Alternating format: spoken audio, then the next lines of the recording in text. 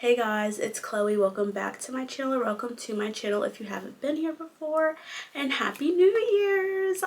Yay! So for this video, I just wanted to talk about some of my content goals and reading goals for 2026. I'm going to be discussing some of my books that I really want to read and just everything like that when it comes to reading. So grab a drink, grab a snack or something, and let's get talking.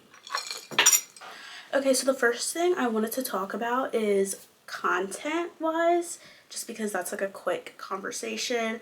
For 2025, I did not really post and film on my YouTube as much as I wanted to. So this year, my big word is consistency. So I want to make sure I am consistent posting on YouTube, TikTok, posting on, what else do I want to post on? Oh, like the podcast and everything. So I just want to make sure I'm consistently posting and doing all that stuff, consistently reading and everything like that, because I definitely do have some months where I just don't read anything. And that reminds me, I need to film for my TikTok.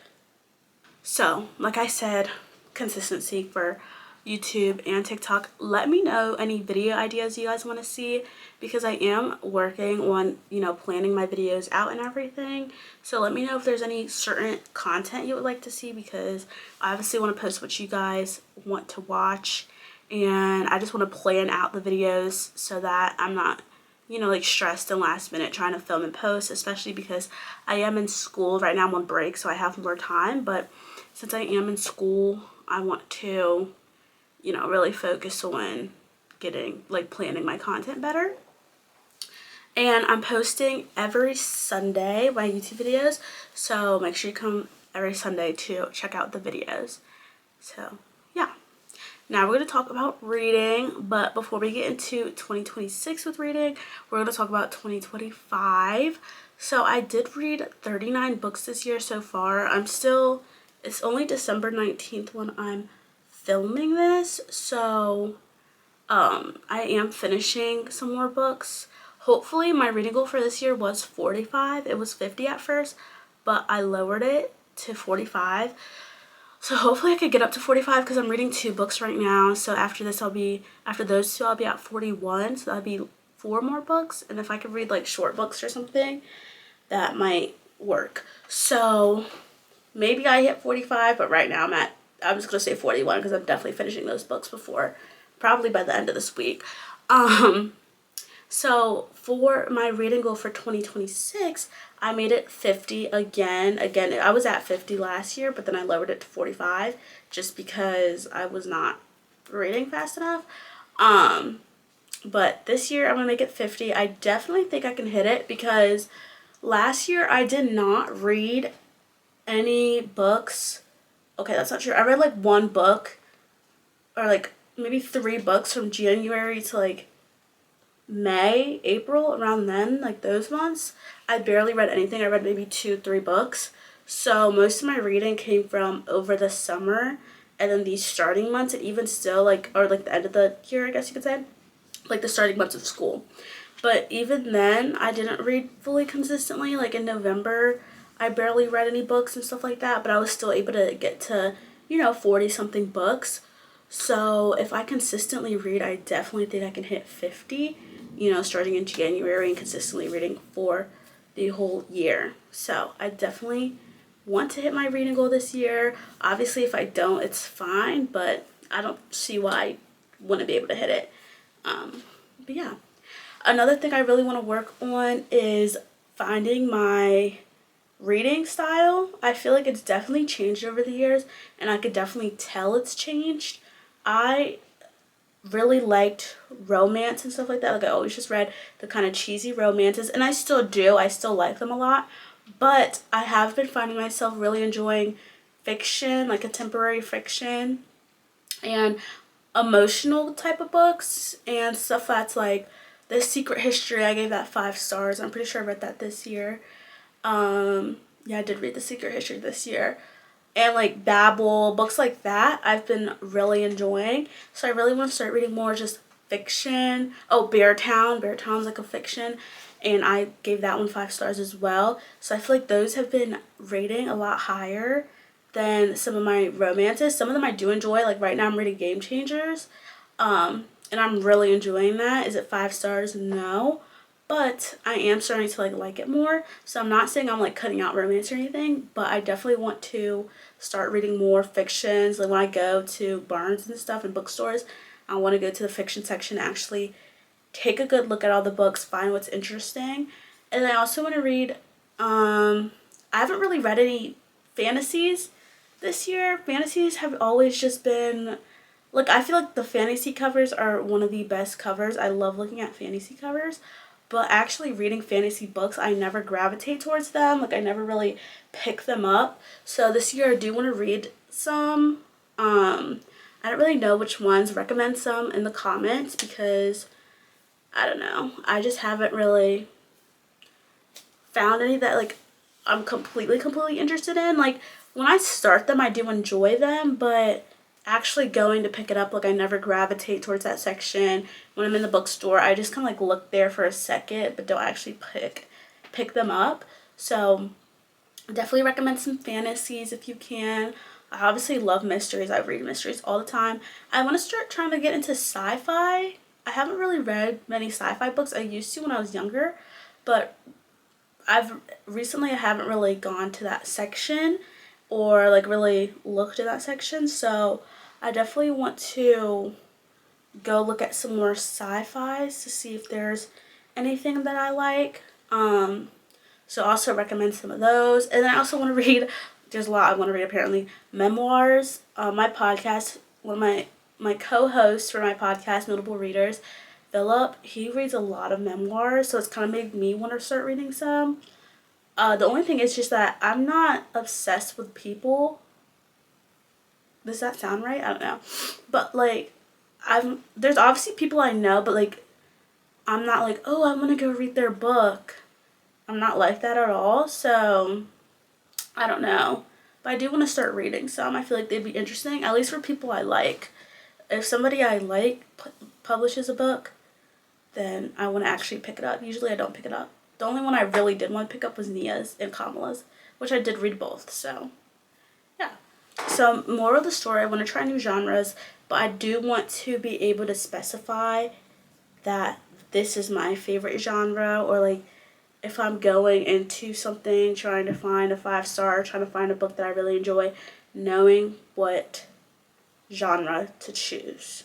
Another thing that I really want to do is go to the library more. Obviously, like I said, I'm at school, so it is a bit harder to go to the library just because I obviously have to return the books and I'm not home all the time to return them. But over the winter break, I've gone to the library, which has been nice. So I'm gonna definitely read the library more, use Libby more. I love Libby. The only thing I hate is waiting. So I feel like that's been my struggle, is that like I've had to wait for books, so it makes me not want to read. I actually have one on wait right now, on hold. I definitely want to use Libby more as well. Actually place holds and stuff, because like when I see that's a long wait, I just don't put it down. Like I don't put myself in the wait list, but I need to, so that I can read more books. So I'm going to use Libby more. I also pay for Kindle Unlimited, so I want to use that more. I do use it often. I'm not saying I don't use it at all, but definitely want to use Kindle Unlimited more to make sure I get my money's worth. And then another thing I want to start doing is listening to audiobooks, which is kind of weird for me. I've never been really an audiobook person, but I really do want to start trying to listen to audiobooks. I might try to do like a free trial with Audible. Is that what it is? Or I could get, I don't know, because listen guys, it's getting serious. I have Spotify Premium, but I have the student one where you can get Hulu with it, which I like. But with that, I'm not able to get audiobook hours because of the certain package I have. If I had the regular Spotify Premium, then I could get audiobook hours. But I don't want to get rid of what I have because I have Hulu with it, and I don't want to get rid of Hulu. So now it's just like, so I might have to get Audible. But like I could just, I don't know, because if I get it with Spotify, then like at least I still have, music I can listen to on Spotify. Because I honestly, but when I think about it, I don't really use Spotify. I use Apple Music for my music. just because my mom pays for Apple Music, so like why wouldn't I? So like low key, I kind of don't need Spotify. I just have to see what's cheaper, honestly. I need to do the math, see what's going to be the most cost efficient for me to do my audiobooks. I could also do it on Libby, which is free. So maybe I'll just do that. But like I said, there's just so many ways. It just makes me mad. So now I'm going to go through 12 books that I want to read for during 2026. Don't know when I want to read them, but they're definitely books that I want to read. And I might include in like a reading vlog or something. So we're going to go through the 12. Some of them are series too. Some of them aren't just one book. But yeah, we're going to go through them. I'm going to read the description of them too, just because why not? So the first, it's a series, or it's a duology, I'm pretty sure. I don't know if there's other books, but it's One Dark Window by Rachel Gillig. And then there's also Two Twisted Crowns. I have both of the books. They're literally on my bookshelf in my room. But yeah, I've had them for a while. I'm really interested in reading them. I just haven't picked it up just because I don't know why. But I really want to read them. But I'm going to read the description of One Dark Window. Elspeth, is that how you say her name? I don't know. Elspeth needs a monster. The monster might be her. Elspeth Spindle needs more than luck to stay safe in the eerie, mist-locked kingdom of Blunder. She needs a monster. She calls him the Nightmare, an ancient, mercurial spirit trapped in her head. He protects her, he keeps her secrets, but nothing comes for free, especially magic. When Elspeth meets a mysterious highwayman on the forest road, her life takes a drastic turn. Thrust into a world of shadow and deception, she joins a dangerous quest to cure Blunder from the dark magic infecting it. And the highwayman? He just so happens to be the king's nephew, captain of the most dangerous men in Blunder, and guilty of high treason. Together, they must gather 12 Providence cards, the keys to the cure. But as the stakes heighten and their undeniable attraction intensifies, Elspeth is forced to take her darkest secret yet. The nightmare is slowly taking over her mind, and she might not be able to stop him. I don't know if I read that right. I don't know why I acted like I couldn't read. But I've just seen so many people read it. It's rated really highly. So I'm just intrigued. And it is like a fantasy, I believe. Romantasy. So one of the genres I do want to get more into. So yeah. And then there is again, I think there's only one book. I mean 2 books. Yeah. So I don't know if there's going to be 3. I don't know.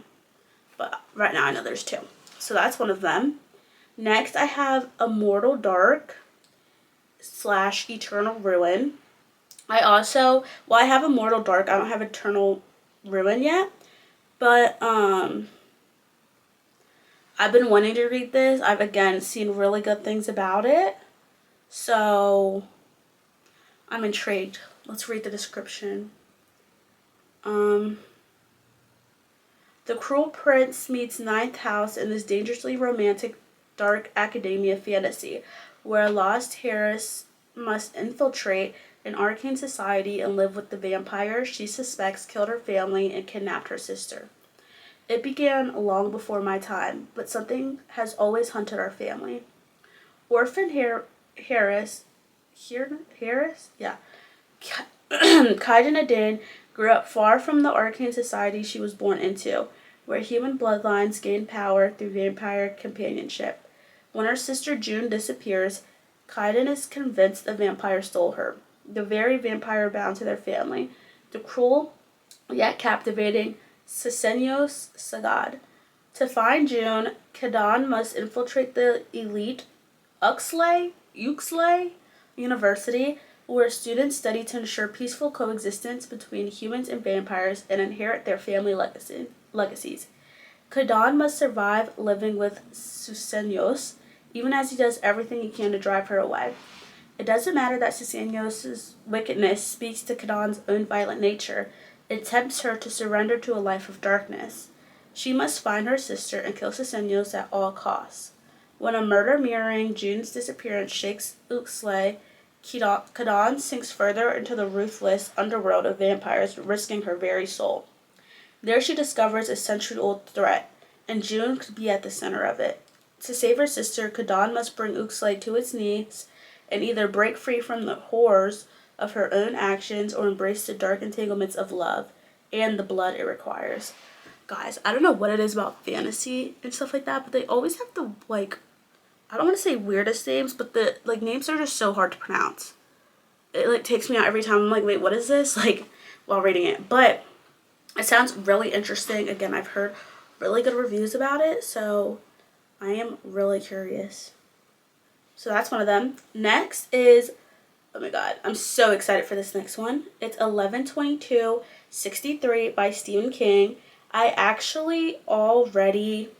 started this book before in like October, but I stopped reading it because I was reading other books in between, and I just wanted to be able to sit down and read it, like, that book.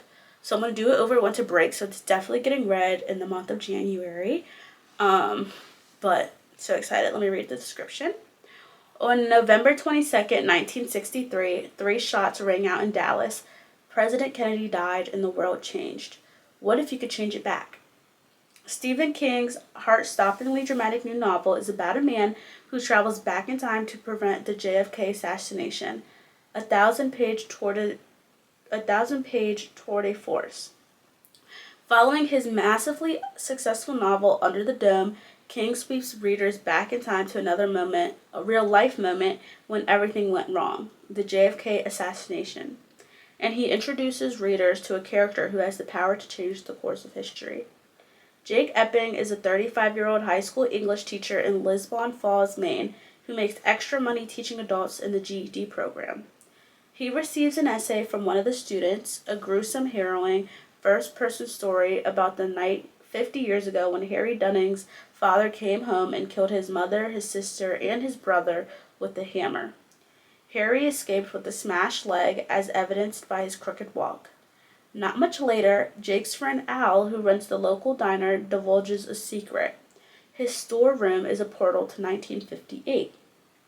He enlists Jake on an insane and insanely possible mission to try to prevent the Kennedy assassination.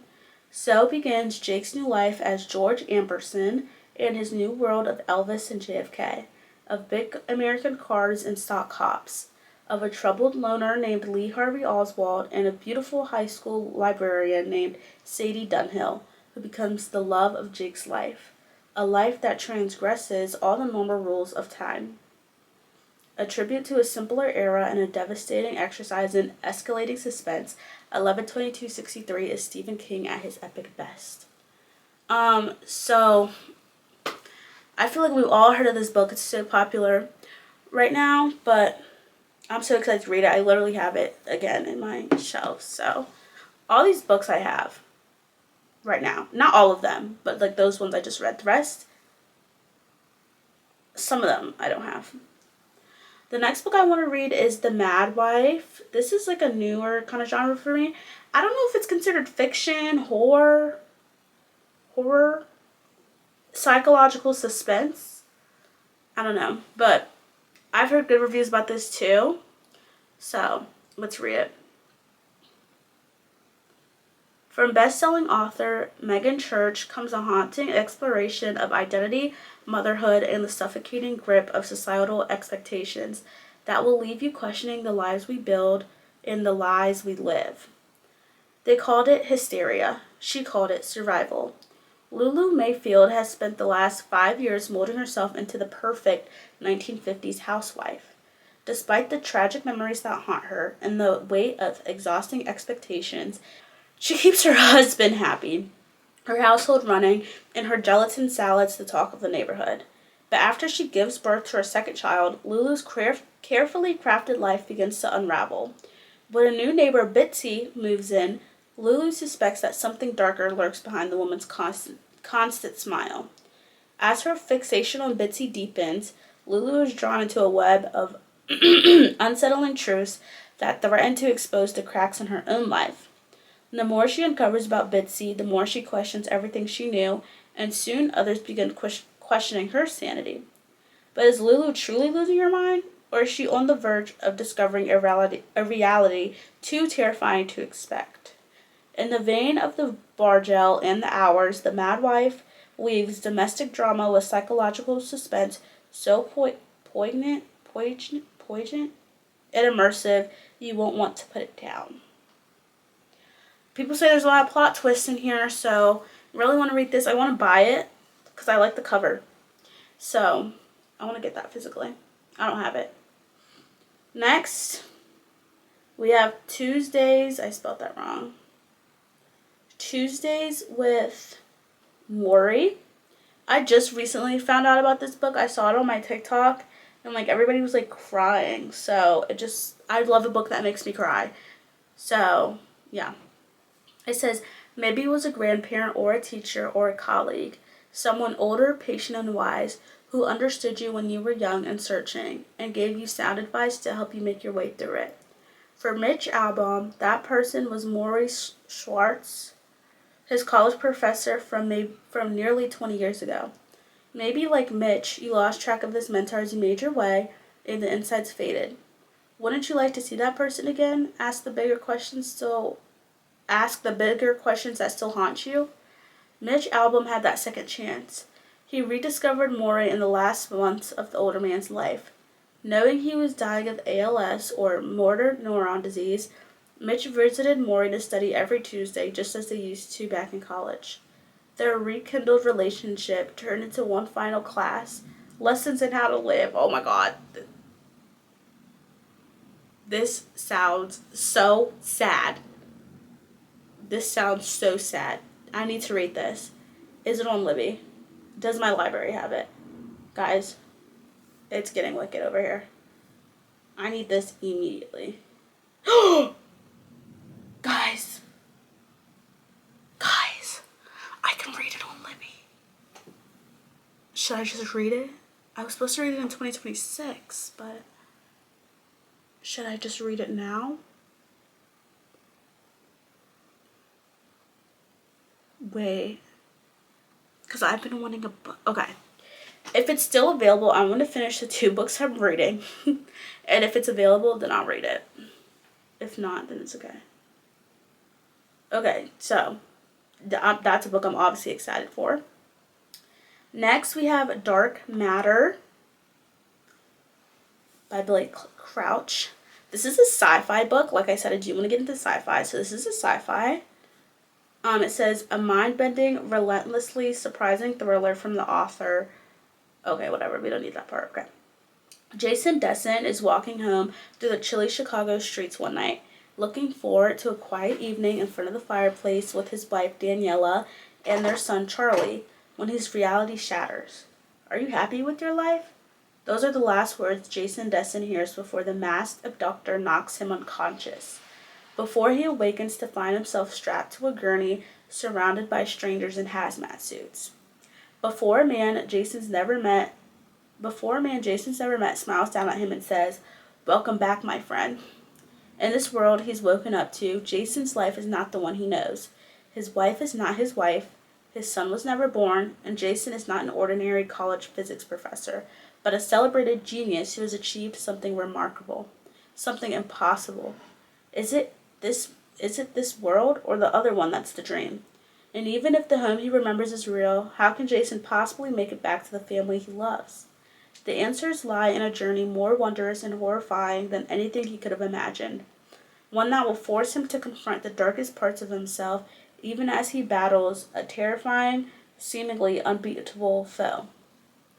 Dark Matter is a brilliantly plotted tale that is at once sweeping and intimate, mind-bendingly strange, and profoundly human. A relentlessly surprising science fiction thriller about choices, paths not taken, and how far we'll go to claim the lives we dream of. That sounds really interesting, doesn't it? Well, you might not think it sounds interesting, but I think it sounds interesting. I really want to read that. Next book is a memoir. It is Told You So by Macy Neely. I didn't just watch, but I've watched The Secret Lives of Mormon Wives. So, yeah, that's really where this is coming from. Oh, this is long. It says, From TikTok and The Secret Lives of Mormon Wives star Macy Neely, a deeply personal story of love, grief, motherhood, and resilience. Macy Neely and the Woman of Mom Talk burst into the center of pop culture when Hulu's The Secret Lives of Mormon Wives took the world by storm. But the show barely scratched the surface of Macy's personal story. From becoming a mom at 20, to losing her son's father in a tragic car accident, to going back to college as a single mother, she's only ever given us glimpses of the challenging things she's been through. Now, finally, she's ready to tell us everything. In this inspiring and darkly funny memoir, Macy lifts the veil for readers on what growing up Mormon is really like and how its strict standards completely blow up for many young people when they get to college. When Macy arrived at BYU on a tennis scholarship, she was unprepared to manage the temptations she'd been taught were sins. She found herself drinking too much, stuck in an abusive relationship, and on the verge of falling down a dark and dangerous path. Suddenly, she was pregnant at 19 and mourning a boyfriend she'd been building a future with. Macy captures the period from college to adulthood with brutal honesty, grace, and humor, offering up a heartfelt portrait of a woman finding her voice and her strength. All of these trials led to her current love story, her journey with IVF, and of course, the inside story of Mom Talk. Fans looking for a juicy play-by-play on the friend group drama will get everything they want, and then some.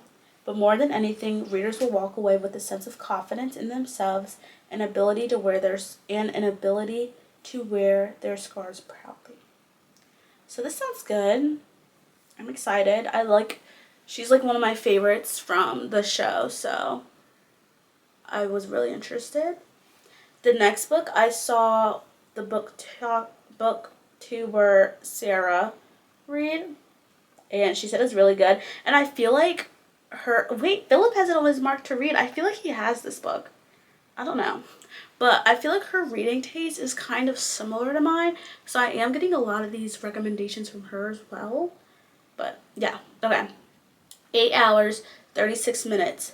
Sybil Van Antwerp has throughout her life used letters to make sense of the world and her place in it.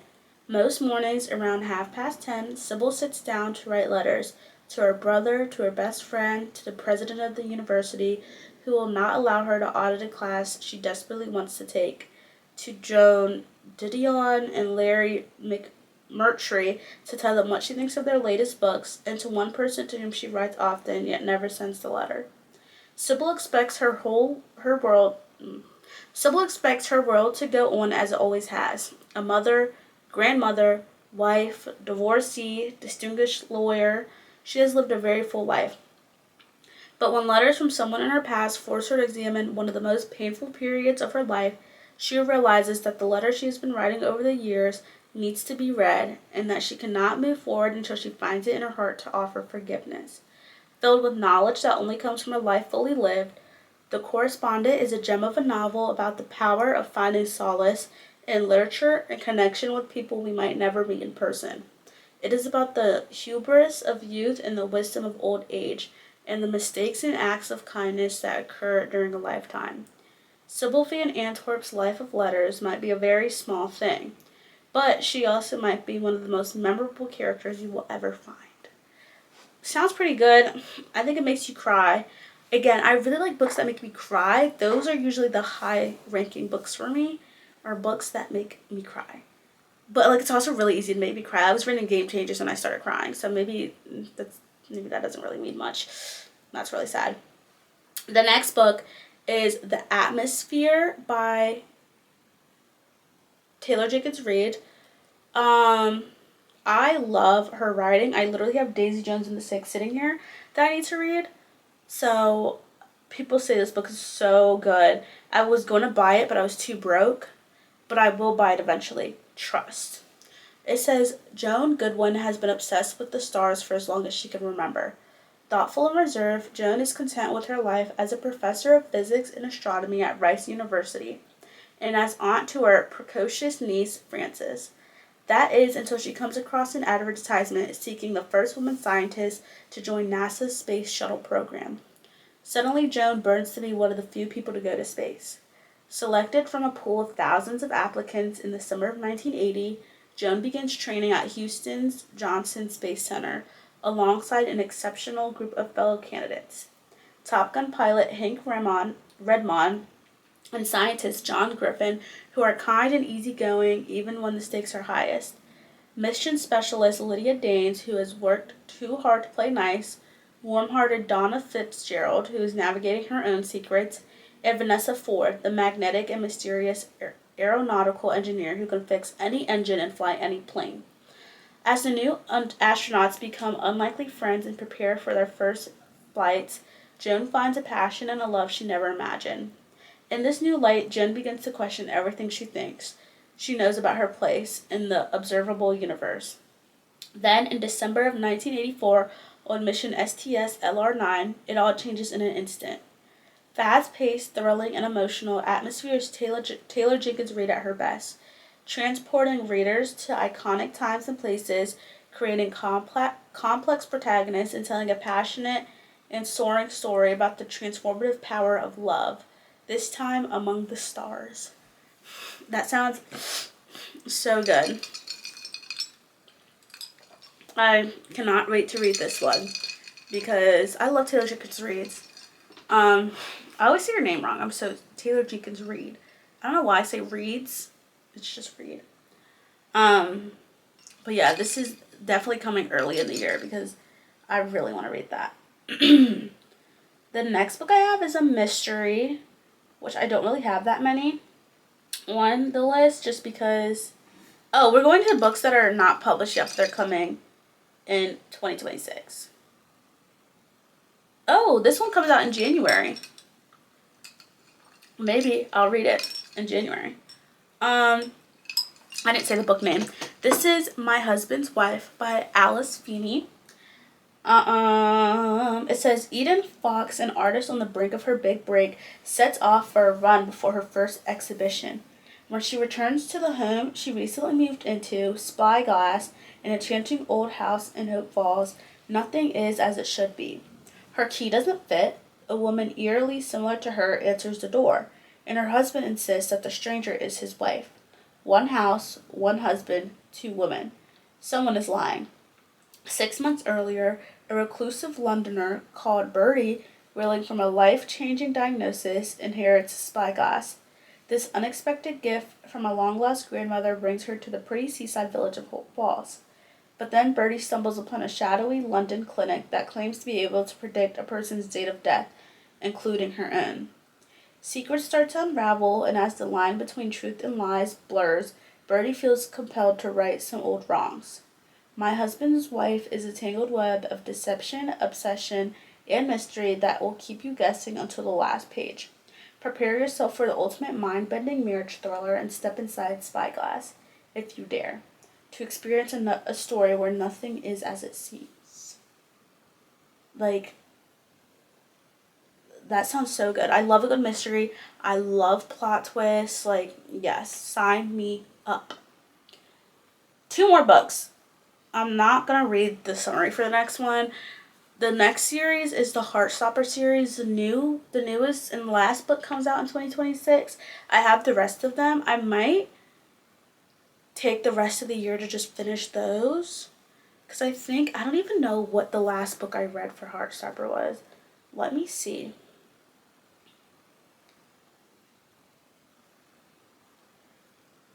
I think I've only read the first one. So I need to read the other ones.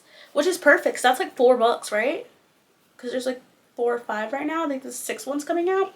So I think I'm going to finish those actually. But basically the Heartstopper is about these 2 boys in high school as they try to figure out their, sexuality. They're both, one of them's gay, the other's still trying to figure himself out. But it's basically just that kind of journey. And there's also a series on Netflix that's really good. I recommend watching it.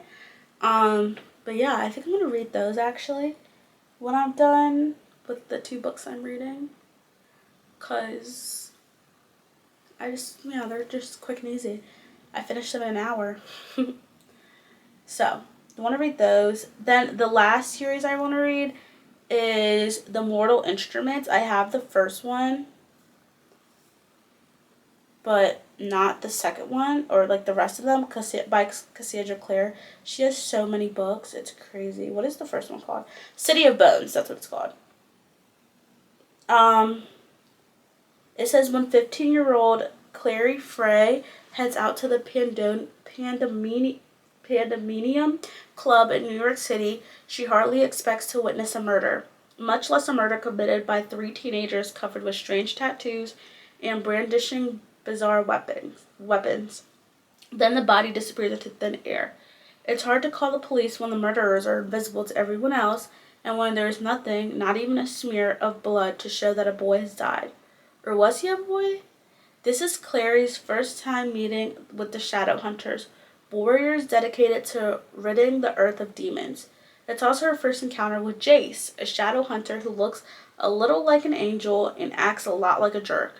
Within 24 hours, Clary is pulled into Jace's world with a vengeance when her mother disappears and Clary herself is attacked by a demon. But why would demons be interested in ordinary mundanes like Clary and her mother? And how did Clary suddenly get the sight? The Shadow Hunters would like to know. So I've watched the movies, like the Mortal Instrument movies. My mom loves them. So I'm interested in reading the book. Or books. There's like 10,000. And I kind of just want to finish the whole universe if possible. So yeah. But those are my reading goals for 2026. Those are some of the books that I want to read this year. So I'm going to take you guys along. Let me know if you want some of them in a reading vlog. I know 11/22/63 is going to be online. Don't know about the other ones yet, but I just know that one specifically. So let me know if, you know, there's certain ones you want to watch me read and everything like that. But thanks so much for watching. I know it's Thursday when this is getting posted because I went to post it on the 1st. But there is a video coming Sunday where I pick my January TBR, which is so exciting. I'm so excited to do that because I haven't done it yet. But yeah, see you guys on Sunday. Bye.